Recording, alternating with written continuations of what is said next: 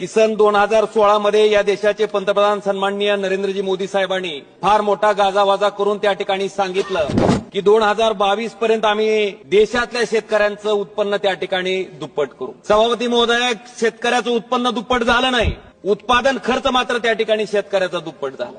आपण बघितलं असेल, जो शेतकरी त्या ठिकाणी त्या शेतीच्या माध्यमातून स्वतःचा उदरनिर्वाह करण्याचा प्रयत्न करतो, स्वतःचा प्रपंच त्या ठिकाणी चालवायचा प्रयत्न करतो, स्वतःची लेकरं त्या ठिकाणी शिकवण्याचा प्रयत्न करतो, ती शेती कशी नुकसानीची होत चालली आहे, मला वाटतं याच्याकडे सुद्धा केंद्र सरकारनं लक्ष देणं गरजेचं। सभापती महोदय, सोयाबीनचा दर 11,000 रुपये गेला की ताबडतोब केंद्र सरकारचं लक्ष त्या ठिकाणी त्या सोयाबीनच्या दराकडे जातं। पाम तेलावरचं आयात शुल्क त्या ठिकाणी कपात केलं जातं, सोया पेंट त्या ठिकाणी आयात केली जाते आणि 11,000 रुपये क्विंटल विकलं जाणारं सोयाबीन त्या ठिकाणी शेतकऱ्याला आज 3839 रुपयानं विकायची वेळ त्या शेतकऱ्यावर आणली जाते। सभापती महोदय, कांद्याचा दर वाढला, लगेच कांद्याच्या निर्यातीवर त्या ठिकाणी बंदी आणली जाते आणि कांद्याचे दर सुद्धा त्या ठिकाणी पाडले जाते। सभापती महोदय, जसं उद्योगपतीला एक सिमेंटचं पोतं तयार केलं, स्टील तयार केलं, त्यावेळेस त्याच्यावर किती नफा घ्यायचा आहे याचा अधिकार आहे। मला वाटतं त्याच पद्धतीनं शेतकऱ्यानं स्वतःच्या रक्ताचं पाणी करून, हाडाची काढं करून जे सोयाबीन पिकवलंय,